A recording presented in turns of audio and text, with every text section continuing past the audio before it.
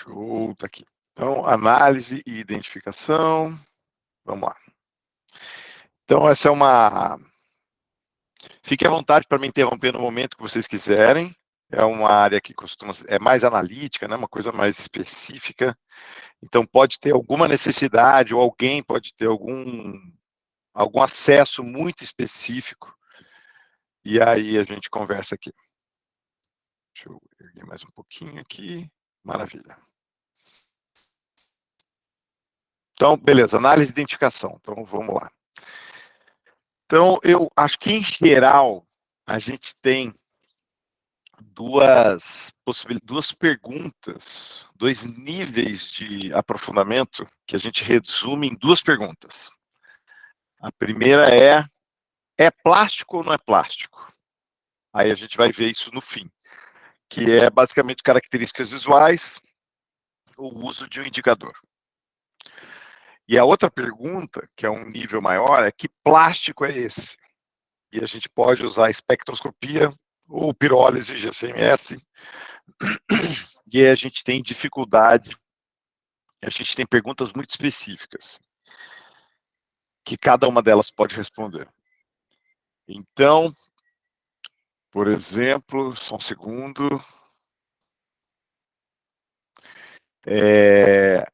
a gente tem aqui espectroscopia, que pode ser Raman infravermelho, eu vou falar sobre infravermelho hoje, e a gente tem pirólise GCMS, que é você queimar o plástico, esse gás pirólise, né, na ausência de oxigênio, então você queima no ambiente controlado, aí você... Alguém levantou a mão? Não? Aí você tem... Opa, tá aqui. Você queima, você faz a pirólise, queima, isso vai, forma um gás, esse gás vai para um cromatógrafo que separa os diferentes gases, porque eles têm uma mistura de gases, e aí depois que separa, você vai parar num espectrômetro de massa, que vai dizer o que é cada um desses gases. E essa técnica ela é muito legal para dizer para a gente quanto que tem de microplástico. Mas vocês concordam que você queimou? Se você queimou, você não tem informação da massa. E isso é legal, porque se você tem, por exemplo, um solo beira de estrada, você quer ver borracha, você já sabe o que você está buscando. Então você... Oi? Rapidinho. Você Pode falar. consegue fechar a tela de gravação? Porque ela está em cima do slide, não sei se está aparecendo para o pessoal também. É verdade, obrigado. Valeu. Desculpe. Aí Não, agora tá. imagina. Obrigado, Coloca ele em Fernanda. apresentação para a gente, porque aí Pronto. ele tampa tudo. Pronto. Assim? Aí, obrigada. Tá bom. Aí, você tem o GCMS, obrigado você. Você tem o GCMS, que é, nele, você separa os gases e depois você vê qual gás é cada um. E aí você usa isso para ver a porcentagem em massa que você tinha de polímero num determinado lugar. Você tem que fazer uma curva de calibração, você tem todo um tratamento, porque você tem que já esperar aquele polímero. A não ser que você tenha já um banco de dados, uma curva de calibração de vários polímeros. Mas se você está buscando um polímero especificamente, não importa se ele tem 5 milímetros, não importa se ele tem 10 nanômetros. Você vai pegar todo mundo. Agora, o Raman e o infravermelho, você tem que pegar um por um. Ou você tem que ter todos os fragmentos da mesma natureza. Então, por exemplo, num rio, você calhou de pegar um monte de fragmento roxo. Você fala, caramba, é do mesmo lugar. Aí você junta esse monte de pozinho ou fibrinha e coloca no caminho do infravermelho e boa. Então não tem problema. Mas quando você faz um por um, imagina que você pegue 50 fragmentos num substrato, num filtro. Você tem que pegar um por um, e aí você tem um limite de tamanho. O FTR é 20 micrômetros e o Raman é 1 micrômetro. Ele vai menos do que o FTR. E, beleza, esses são os principais. Esses são os que a gente mais usa de longe. Depois vem alguns que são usados para coisas muito específicas. Então, você quer saber a cristalinidade do polímero. Você usa uma técnica chamada DSC. Você pode até usar raio-x também, mas o pessoal tem usado o DSC, que é um calorímetro diferencial de varredura. Se você quer saber os elementos pesados, tá? Em geral, o que antigamente se chamava de metais pesados, que hoje a gente chama de elementos potencialmente tóxicos, mas tem todo o debate na literatura de ambiental sobre qual é o melhor termo. Esse debate está acontecendo, então só estou dizendo quais são as opções. Mas elementos pesados, não necessariamente metais, elementos pesados a gente pode mapear usando uma espectroscopia de fluorescência de raio-x. Esse é o XRF. Então, se você tem interesse em saber metais que foram sorvidos pelo polímero, pelo plástico, ou se você tem interesse em saber os aditivos que têm elementos pesados dentro do plástico, por exemplo, o mais interessante é o retardante de chama, que tem bromo. Esses você consegue mapear bem usando fluorescência de raio-x. Você pode usar uma microscopia de varredura. Você pode usar até microscopia de transmissão, que vai mais para o pequeno ainda. Mas o pessoal tem usado mais microscopia de varredura justamente porque ele tem o EDS. EDS é uma espectroscopia de energia dispersiva de raio-x. Esse EDS costuma ser um periférico do microscópio eletrônico de varredura. Então, se você tem um razoavelmente bonitinho, você vai ter um EDS junto. E aí você consegue uma magnificação melhor, mais profunda do que o óptico, e ainda você pode mapear elementos pesados. Acima do sódio, você pode inclusive ser quantitativo, mas não é fácil ser quantitativo para plásticos, tá? A máquina te dá o valor, mas não quer dizer que você tem que confiar nela. Acima do sódio, tudo bem, mas acima do sódio com um padrão para você calibrar o equipamento, tudo bem, senão o pessoal tem usado o valor que a máquina dá, mas a máquina dá valor independente de você ter boas condições para conseguir esses valores. Então você tem que olhar com alguma desconfiança. Sempre olha a metodologia para acreditar no quantitativo, mas o qualitativo é joia. Então, se ele pegou ali que ali tem bromo, tem sódio, tem manganês, tem magnésio, tem cobalto, alguma coisinha tem. E o OFM, quando você vai para o nanométrico, o OFM ele vê bem, que é o microscópio de força atômica, ele vê bem fragmentos pequenininhos. E se alguém quiser perguntar alguma coisa, deixa eu ver como é que está aqui, se tem comentários, se tem alguma coisa, se alguém quiser falar de algum outro equipamento, ninguém falou nada, tá ótimo. Pode falar em qualquer momento. Aí eu vou falar do infravermelho, que é o mais usado, e a gente pode usar o infravermelho normal, que é o equipamento que mais, assim, dos espectrômetros é o mais comum de se encontrar nas diferentes instituições de pesquisa e ensino. Então, deixa eu lembrar vocês um pouquinho sobre, e é essa aula instrumental que a gente vai fazer hoje. Então, deixa eu falar com vocês sobre os princípios do infravermelho. Então, o primeiro princípio é a ligação química. Então, essa figura que está aqui, ó, é uma figura que eu gosto demais quando eu dou aula de ligação covalente. Essa é a figura que fica na sala de aula. Então, deixa eu fazer ela tomar conta aqui. Vou ficar bem grandinha. Isso aqui é o seguinte, imagina, isso aqui, ó. Imagina que é um gráfico e é um gráfico. É um gráfico disso que eu vou falar para vocês. Imagina que você está no começo do universo. Vê o Big Bang. Os átomos estão todos lá, aquela sopa quentíssima. E aí você tem os átomos todos espalhados. Eles vão esfriando, o universo esfriou, né? Depois do Big Bang.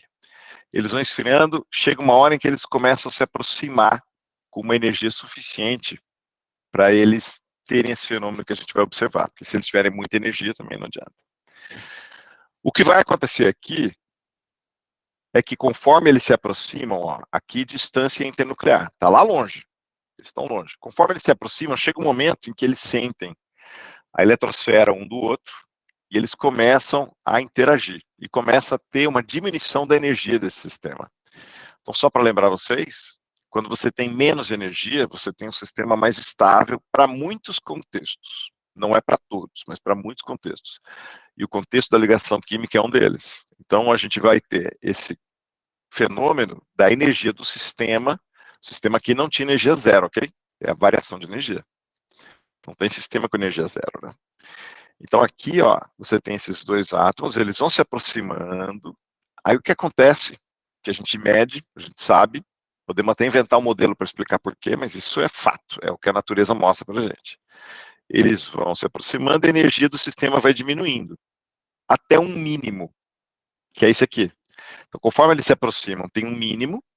Esse mínimo é onde justamente a gente tem a sobreposição das eletrosferas, das camadas de valência, que a gente chama, que é a última camada da eletrosfera. E aí cria o que a gente chama de ligação covalente, o que tem a ver com a valência. Né? Então, as duas valências, as covalências, né? Copiloto, coadjuvante, ou seja, esse prefixo co, que é de fazer junto. Então, ligação covalente é a ligação entre as valências, as últimas camadas. Então, tem uma sobreposiçãozinha da eletrosfera. Isso vai ser importante para a gente entender a espectroscopia, ok? Aí você tem esse valor mínimo. Chegando mais perto do valor mínimo, começa a ter uma repulsão absurda, porque você tem a aproximação dos núcleos, que tem carga positiva. E aí você tem a tendência essa aproximação acontecer, a energia tende a infinito. E é por isso que aqueles aceleradores de partícula que pegam um átomo pesado e jogam umas espécies no meio do caminho, eles têm que ter o átomo viajando à velocidade da luz, porque você próxima da luz, né? Naqueles aceleradores bem grandões, o CERN e tal. Porque você precisa ter muita energia no sistema para um núcleo colidir com outro, justamente porque a repulsão é muito grande. Mas tudo bem, isso aqui é curiosidade. Então, daqui onde está meu mouse para cá, deixa eu até vir aqui. Daqui onde está meu mouse, deixa eu colocar um pointer aqui para ficar melhor. Daqui onde está meu pointer, até aqui mais ou menos, foi um contexto para eu apresentar a ligação covalente para vocês. Daqui onde está meu mouse para cá, é um contexto curioso para eu falar como é que termina essa aproximação. Então, não tem a ver com o infravermelho. O que tem a ver com o infravermelho é essa regiãozinha aqui. Essa regiãozinha é a região em que a ligação covalente ela fica oscilando, porque nada no mundo do microscópico, no mundo atômico, nada, absolutamente nada é estático. Tudo se move. Então, o que vai acontecer é que a ligação ela não para em 74 picômetros. A ligação ela para. Alguém entrou aqui. A ligação ela vai parar. Não vai parar, ela vai ficar oscilando. Esse valor é médio. É um valor médio. Aí o que vai acontecer? É isso aqui.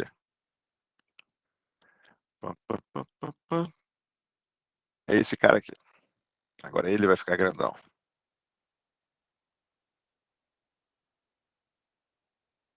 O que acontece, na verdade, é isso aqui.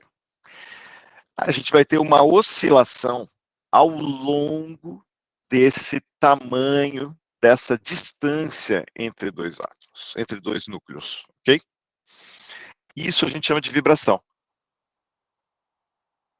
O que acontece é que cada tipo de vibração de uma molécula vai ter uma energia específica. E aí, a gente vem para cá. Mas antes, deixa eu falar para vocês dessa região. Quando a gente fala do infravermelho, a gente fala que é justamente tudo tem com espectro vermelho,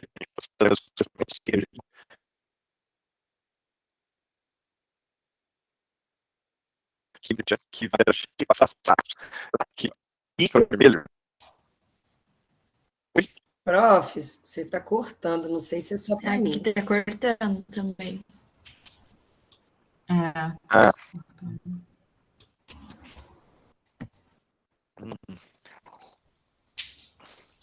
Peraí.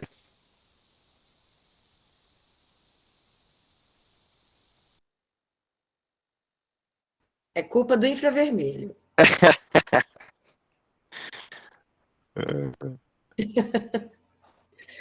Culpa do infravermelho.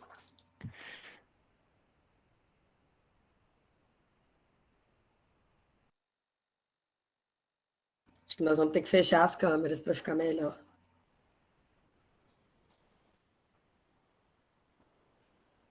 Melhorou, só que você tá mudo. Desbloqueei para nós. Agora, ouvindo agora? Tá.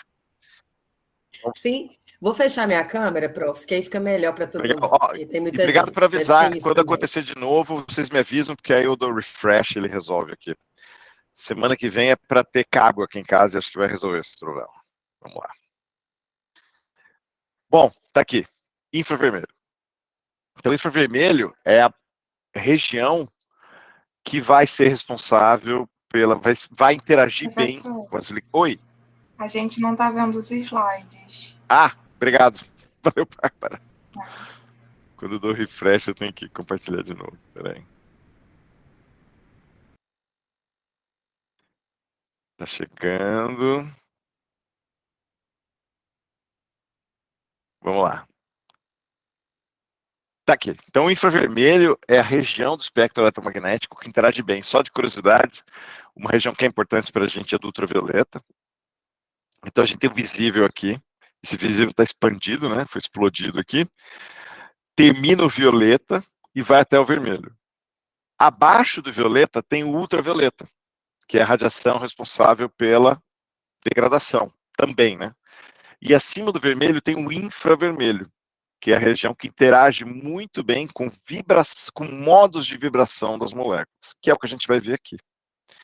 Isso aqui, por exemplo, é molécula de água. Então, a gente tem N modos de uma molécula vibrar.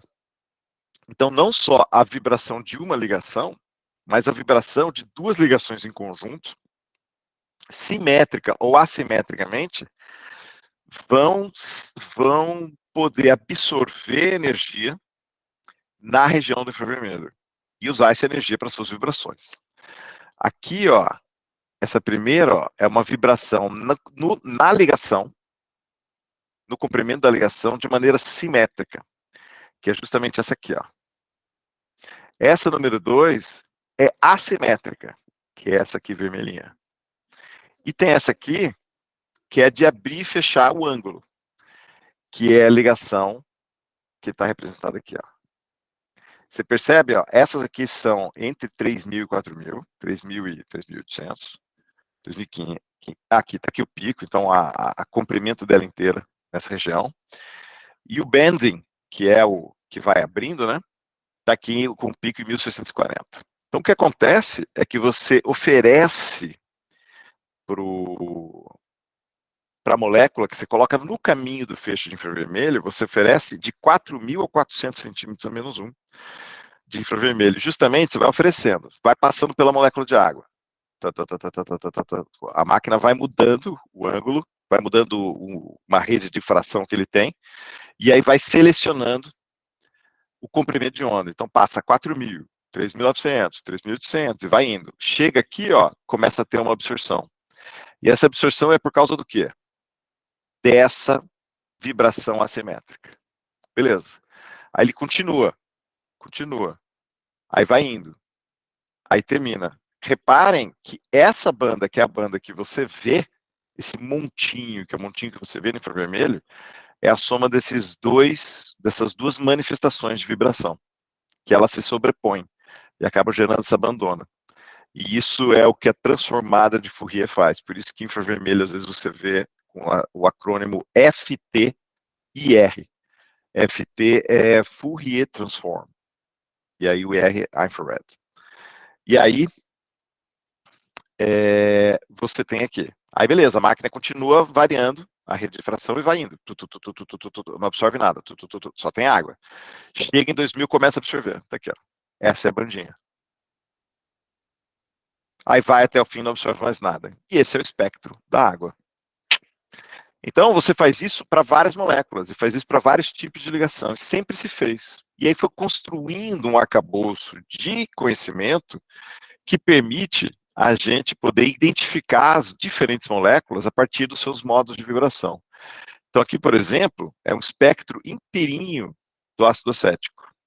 Então, aqui tem os comprimentos de onda, tem os números de onda aqui, ó, de 4.400, que vão ser os diferentes modos de vibração. Aqui tem dois. 3.150 é essa vibração assimétrica no CH3.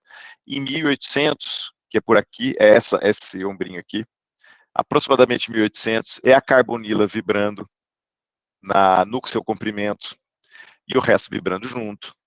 Então, essa molécula, só um momentinho.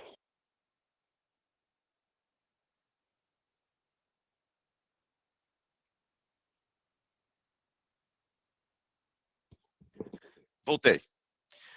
Aqui, esse é o espectro de infravermelho do ácido acético, que é o espectro de infravermelho que identifica o ácido acético.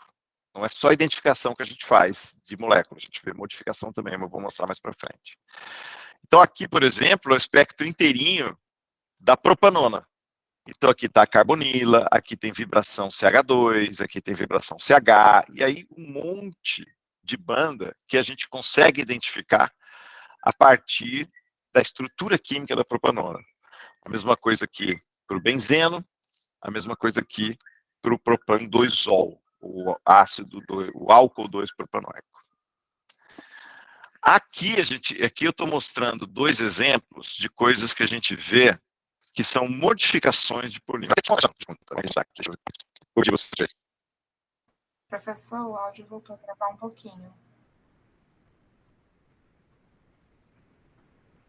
Peraí, eu falei vocês. Vocês estão vendo?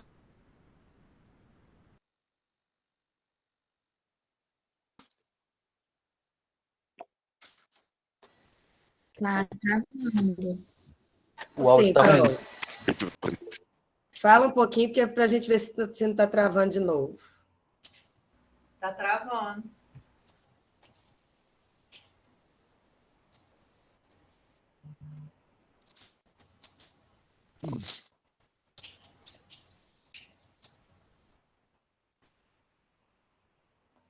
Ficou.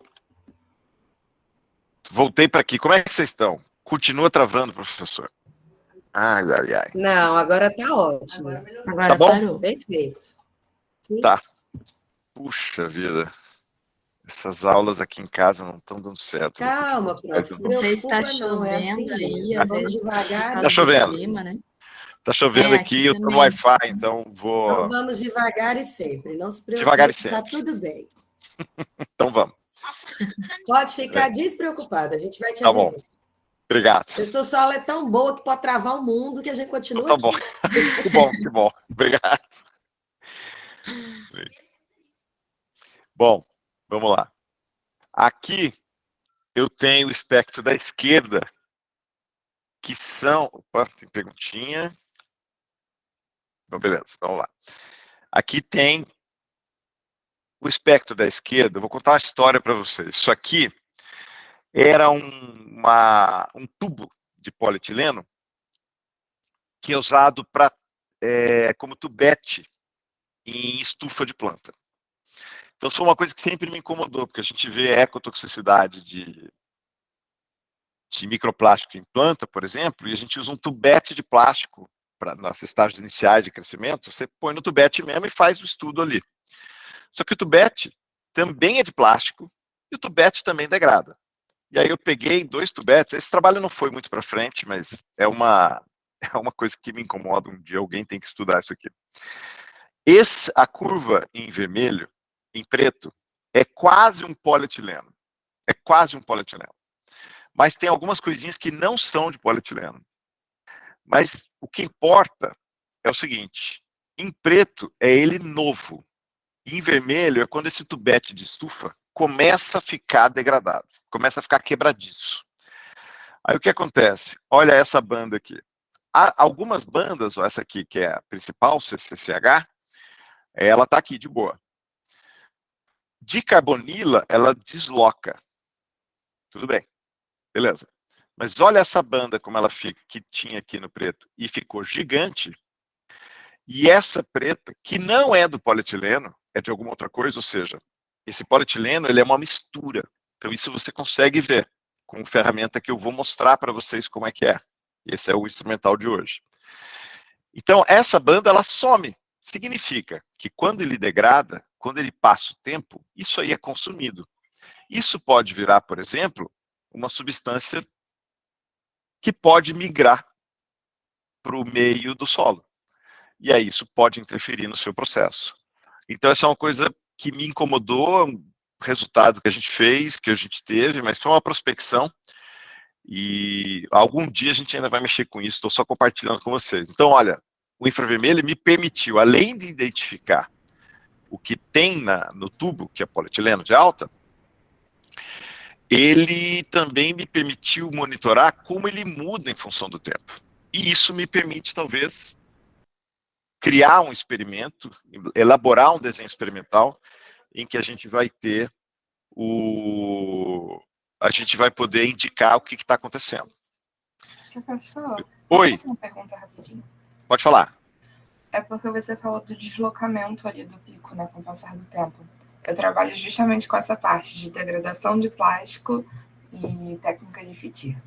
Então, eu estou trabalhando com essa parte e eu integro os picos, né, que vão aparecendo. Eu estou observando justamente isso ao longo do tempo. Ele tem alguns, por exemplo, de carbonil, né, ele sempre dá uma deslocadinha. E aí eu queria saber sobre a parte de integração. Se eu sempre tenho que ajustar os picos para acompanhar, né, a modificação dele. Sim. Ou se eu coloco um padrão. Eu tenho mexido, né, na área de integração, né, acompanhando o pico. Mas eu não sei se isso é correto. Eu estou muito em dúvida nisso no meu experimento. Assim. Não tem que fazer. Se você vai integrar a banda, ou se você vai usar a intensidade no máximo, depende totalmente do seu espectro. E se você vai padronizar, dividindo ela por uma banda de referência, que é o conceito do índice de carbonila, você tem que levar em consideração, você tem que considerar se você vai usar intensidade ou área. E para isso você vai ter que usar a linha base, porque senão você também vai distorcer seus resultados. E aí, é importante você considerar o contexto total. Então, a gente teria que conversar sobre isso para eu te dizer que é bom. Mas o fato de você estar preocupado com a área é legal.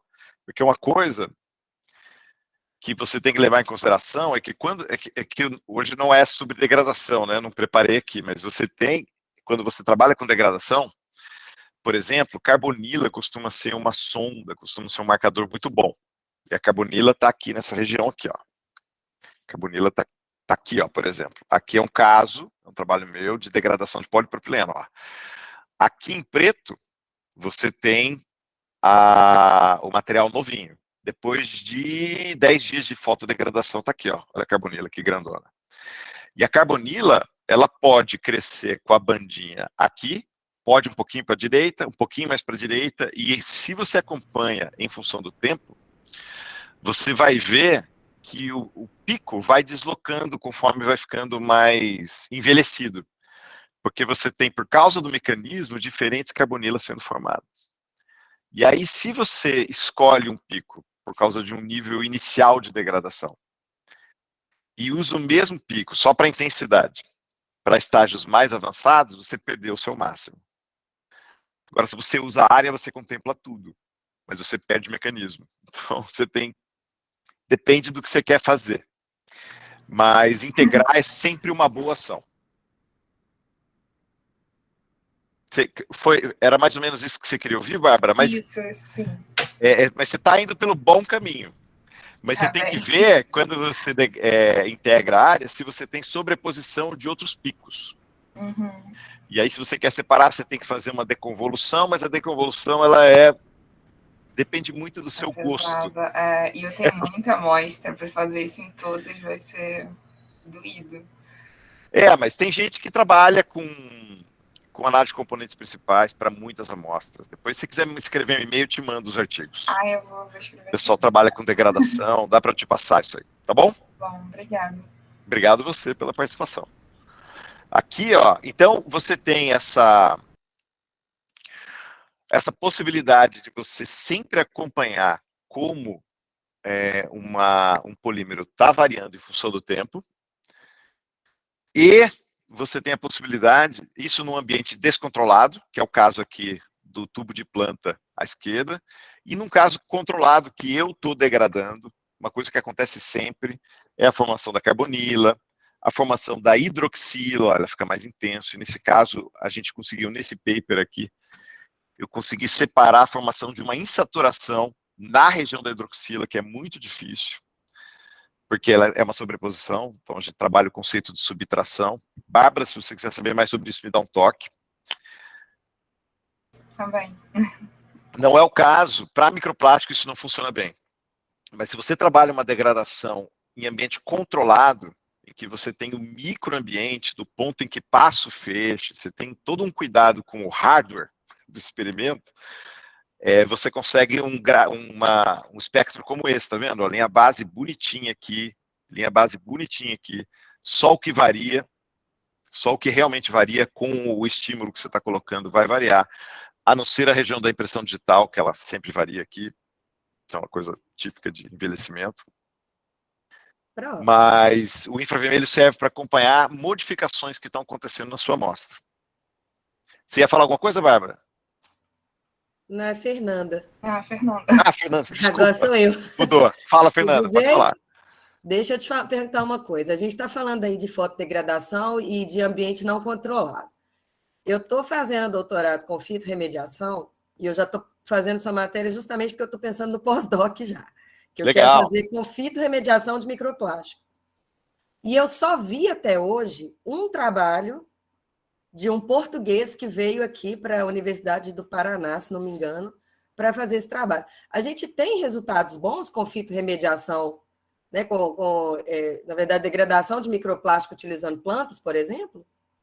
Eu não conheço. Eu estou interagindo com a professora Andréia e com a Alice.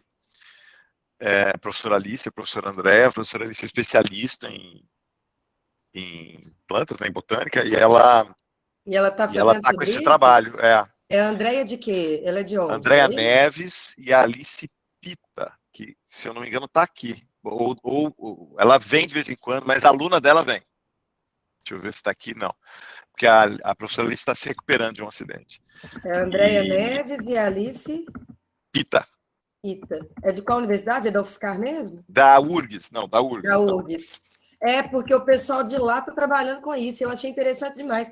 E esse rapaz, ele está fazendo justamente utilizando, está fazendo degradação de microplástico no solo, mas usando não só as plantas, mas a fotodegradação. Por isso que eu te perguntei se você estava sabendo de alguma coisa.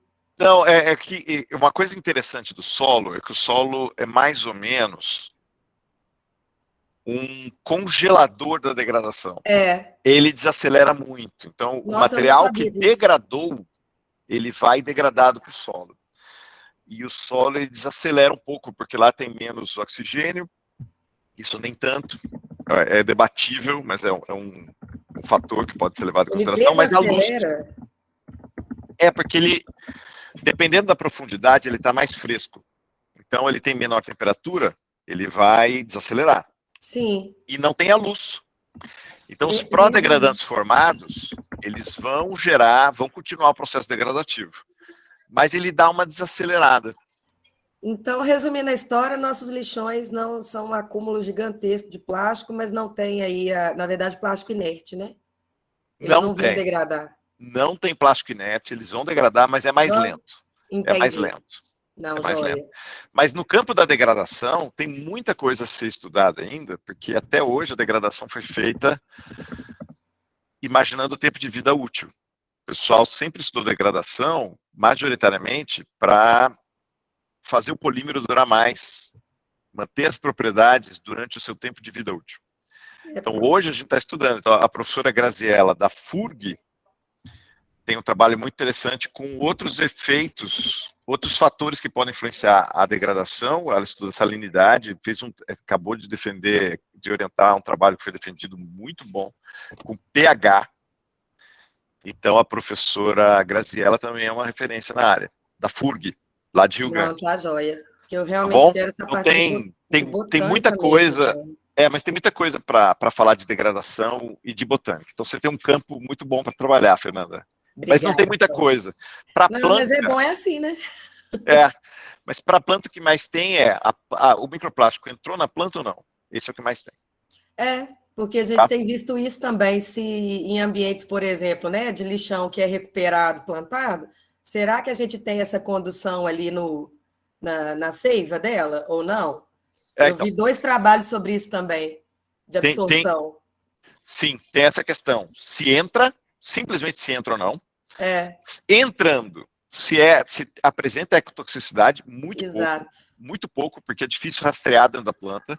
Então já tá difícil de acompanhar, né? De rastrear, de seguir. Tem também bastante trabalho sobre ecotoxicidade de microplásticos. Ou seja, você coloca o microplástico no solo e acompanha o que acontece com a planta. Agora, colocar o microplástico no solo e acompanhar o que acontece no microplástico tem muito pouco. Porque também é muito difícil de fazer. Tá? Só um comentário. Mas é muito legal. Ótimo. Porque é difícil, é mais legal de fazer. Exatamente. Eu tô dessas. Aí, ó, Obrigada, então Tati. aqui, continuando aqui, você consegue usar não só para identificar, mas para acompanhar modificações. Isso é muito importante. E aí você gera um conjunto aqui de absorções que acaba sendo uma bengalinha para a gente.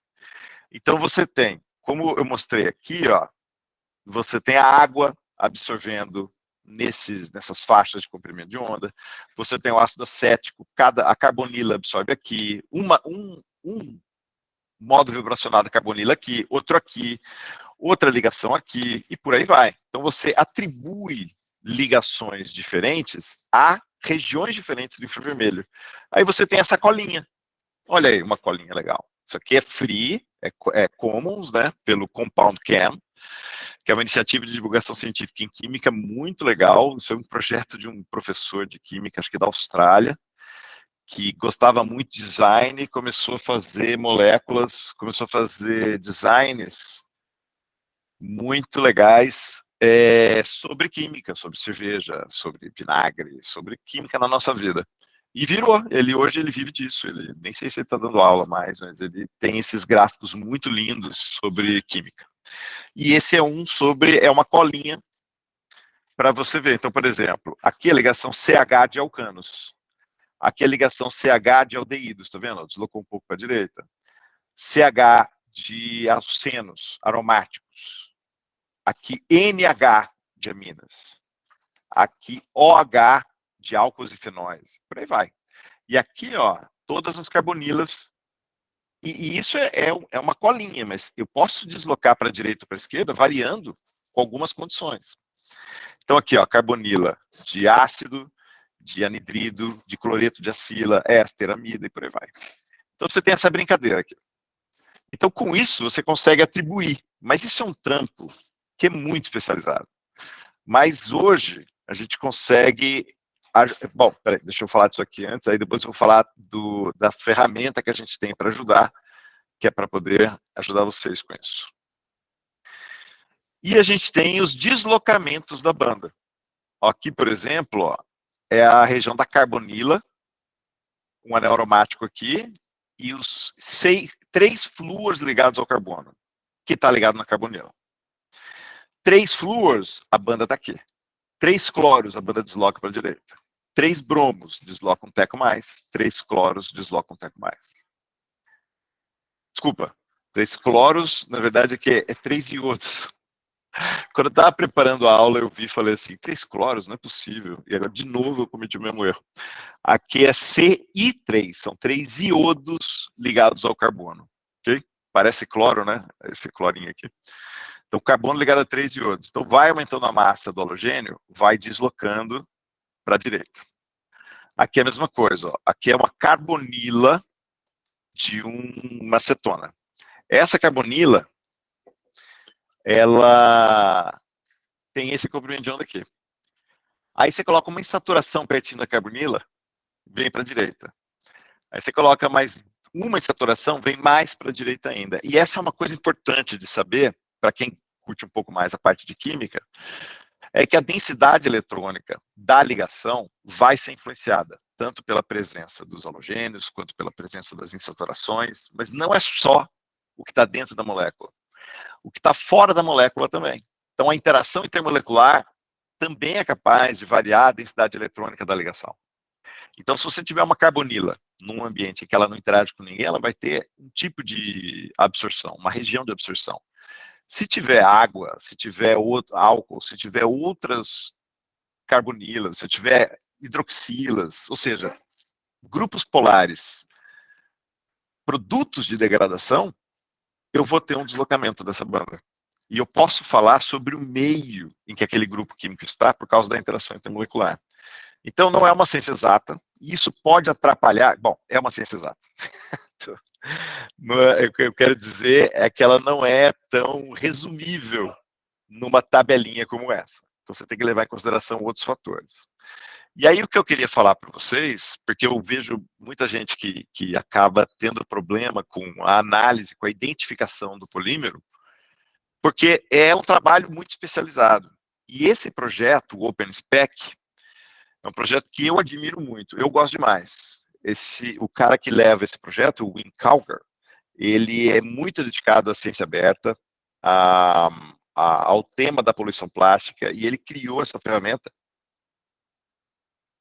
Essa é a última versão, ele criou essa ferramenta justamente para ele poder oferecer para todo mundo uma ferramenta que ajudasse na identificação dos plásticos, e vocês vão ver que legal que é, porque agora todo mundo vai usar o OpenSpec. Então, vamos lá. Deixa eu voltar para vocês. Tá todo mundo aí? Show de bola até agora? Estamos aqui, profs. Beleza. Estamos aqui. Então, vamos lá. Firmes e 133 pessoas abrindo o browser do OpenSpec. Deixa eu pegar. Manda aqui. para a gente. Vou mandar aqui no chat. E eu já mandei o arquivo, um arquivo para vocês trabalharem, que é o Book 1, né? Você mandou no e-mail, profs? Mandei naquele e-mail Dos falando que ia ter slides. aula. Deixa eu pegar Então, peraí, aqui. deixa eu pegar aqui.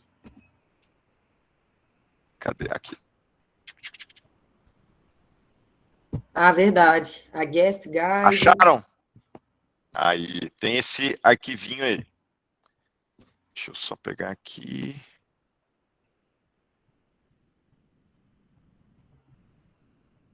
Tá lento aqui. Olha, mas até aqui, Book 1. Que é um arquivo CSV. Então, para poder usar o OpenSpec, você tem que ter o arquivo CSV, ok? Então, maravilha, tá aqui. Deixa eu voltar. Vocês estão vendo aí o OpenSpec, né? Sim, é o Open Analysis, né? Sim. Vou abrir aqui Beleza? agora. Ele está demorando aqui, porque ele tem que recarregar. Ele é tão bom que as empresas que vendem infravermelho estão patrocinando esse site, justamente porque elas estão pensando em usar esse arquivo no software da máquina.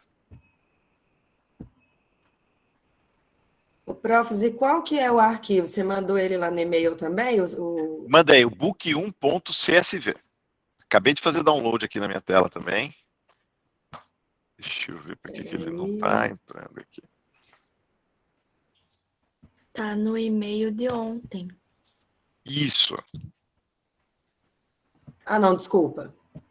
É porque eu estava com outro e-mail aqui. É o Book 1 CSV. Ok. Esse mesmo. Vamos baixar ele.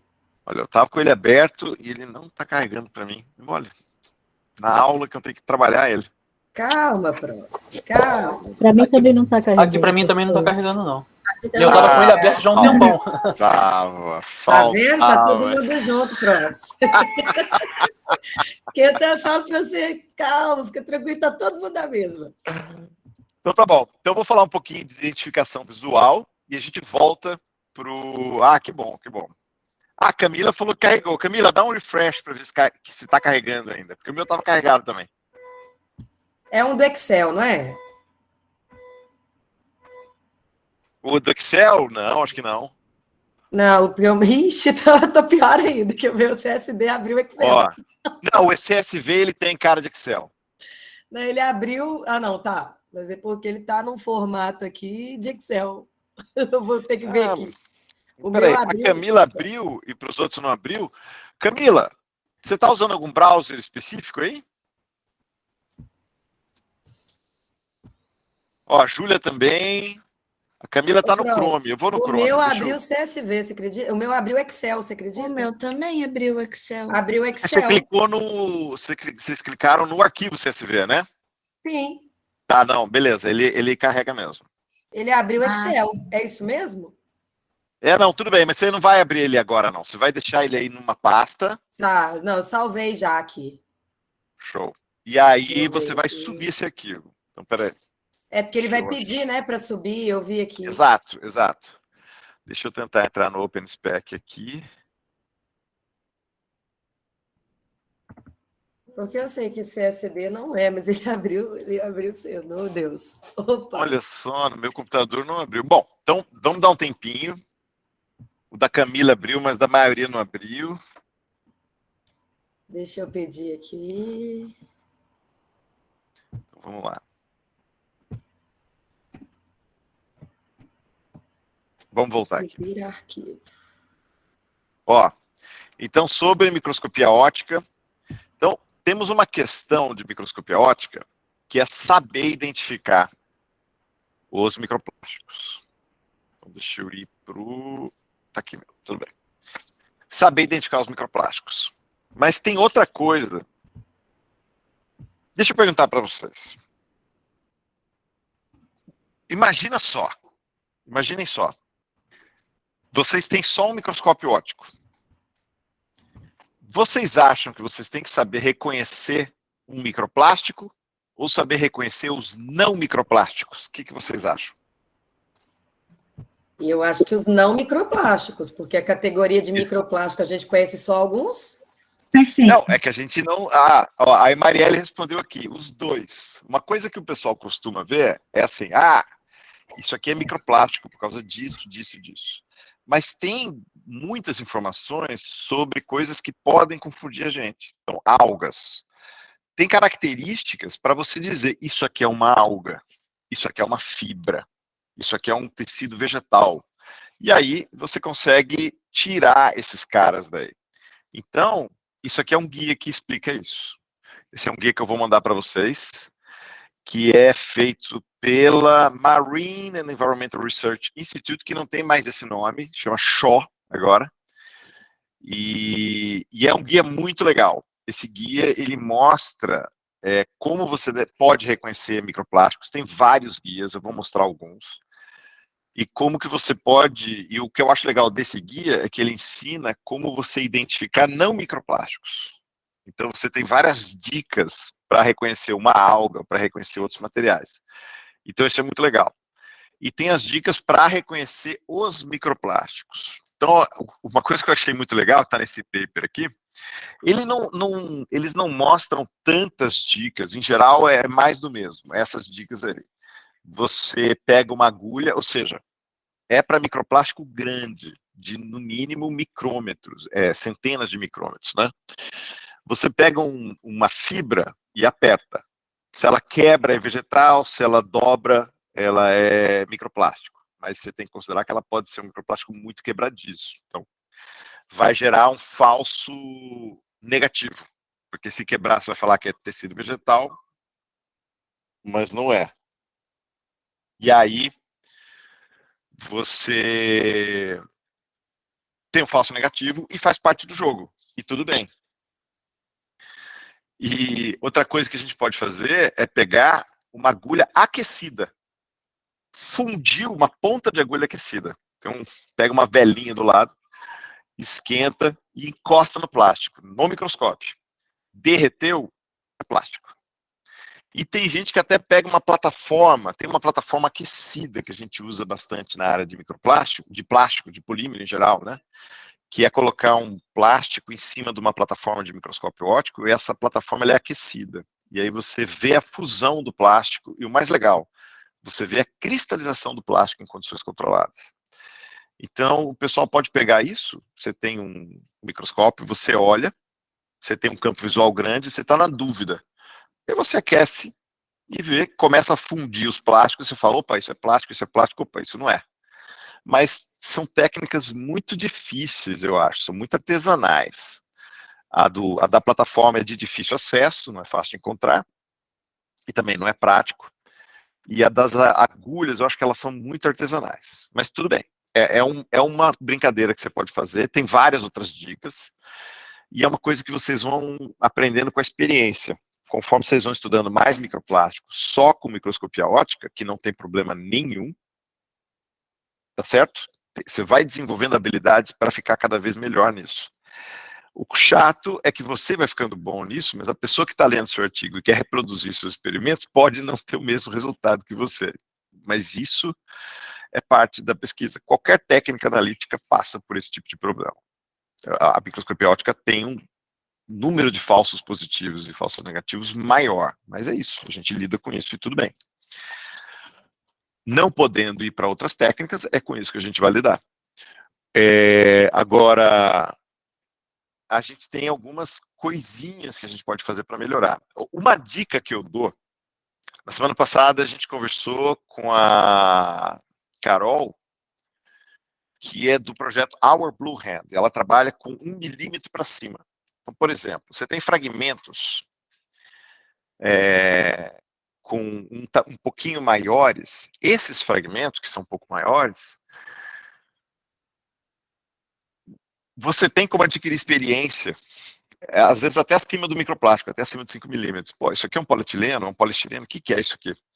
Vocês sabem como que vocês fazem para aprender a mexer num plástico e dizer o que é? Se vocês tivessem que adquirir essa habilidade, como é que vocês fariam?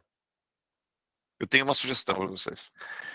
É visitar um centro de triagem. As pessoas que trabalham com centro de triagem, com lixo mesmo, essas pessoas são extremamente habilidosas, têm sua faixa de falso positivo, tudo bem, tem sua faixa de falso negativo, mas eles trabalham identificando plásticos.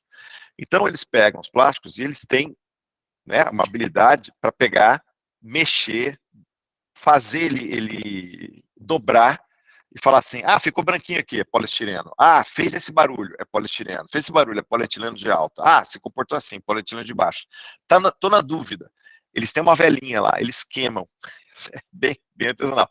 Eles queimam, cheiram o cheiro de queimado ou de quase queimado e falam, ah, é fulano de tal. Então, é muita prática para poder selecionar, separar os plásticos, que hoje tem sistemas automatizados, mas são muito pouco acessíveis, são muito caros.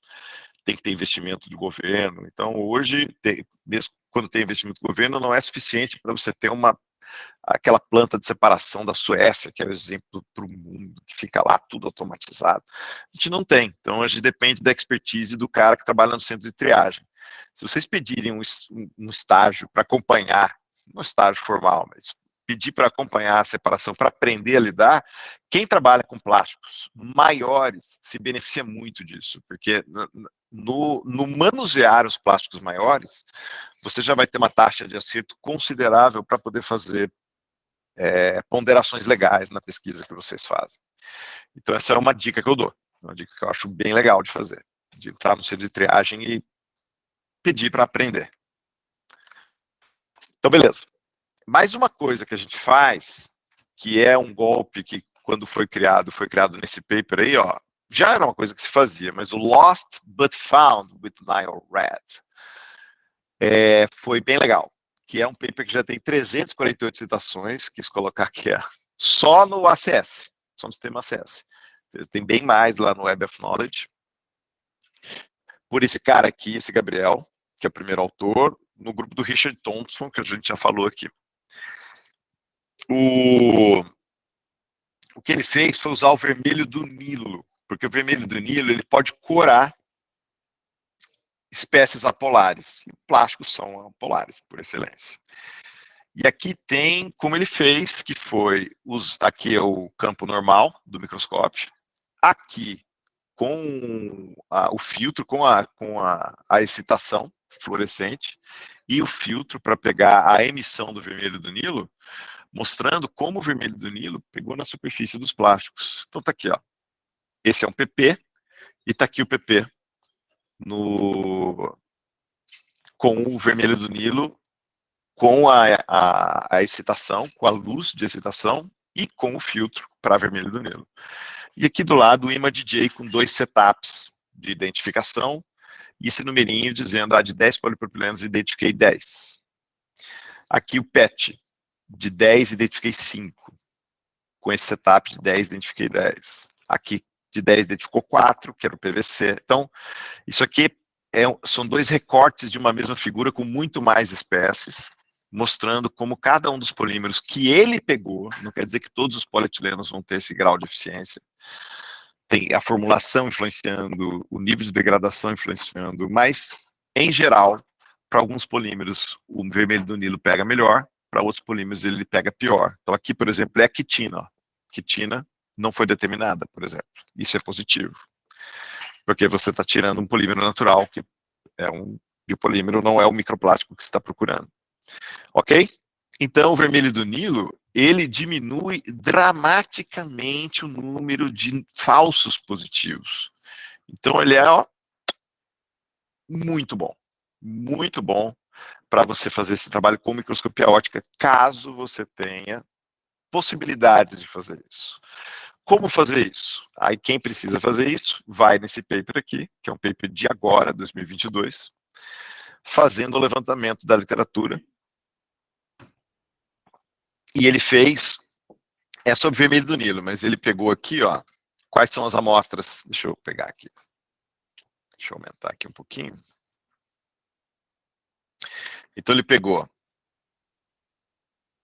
que tipo de amostragem ambiental que foi usada, como foi feita a extração do microplástico, esse aqui é o que eu ampliei aqui do lado, que é qual foi o método usado do vermelho do Nilo, e qual foi a instrumentação e caracterização. Isso não é do nosso interesse agora, mas pode ser interessante para vocês, mas pode ver, FTIR, Raman e o pirólise GCMS, que vem muito abaixo do FTR e do Raman, que tem a ver com a primeira parte da aula. Está aqui. E o que eu quero mostrar para vocês aqui é essa ampliação do vermelho do Nilo. Então, vocês podem ver que tem aqui, concentração de 1 micrograma por litro a até mais de 10 miligramas por litro de concentração. Então, tem uma faixa muito grande de concentração, uma faixa muito grande de temperatura na qual foi feita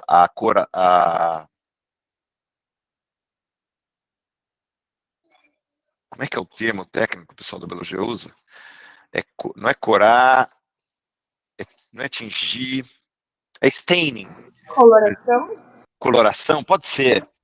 Que é você justamente colocar você marcar as espécies com esse corante específico. O pessoal da biologia tem um mundo de corantes para marcar diferentes tipos de tecidos ou organelas.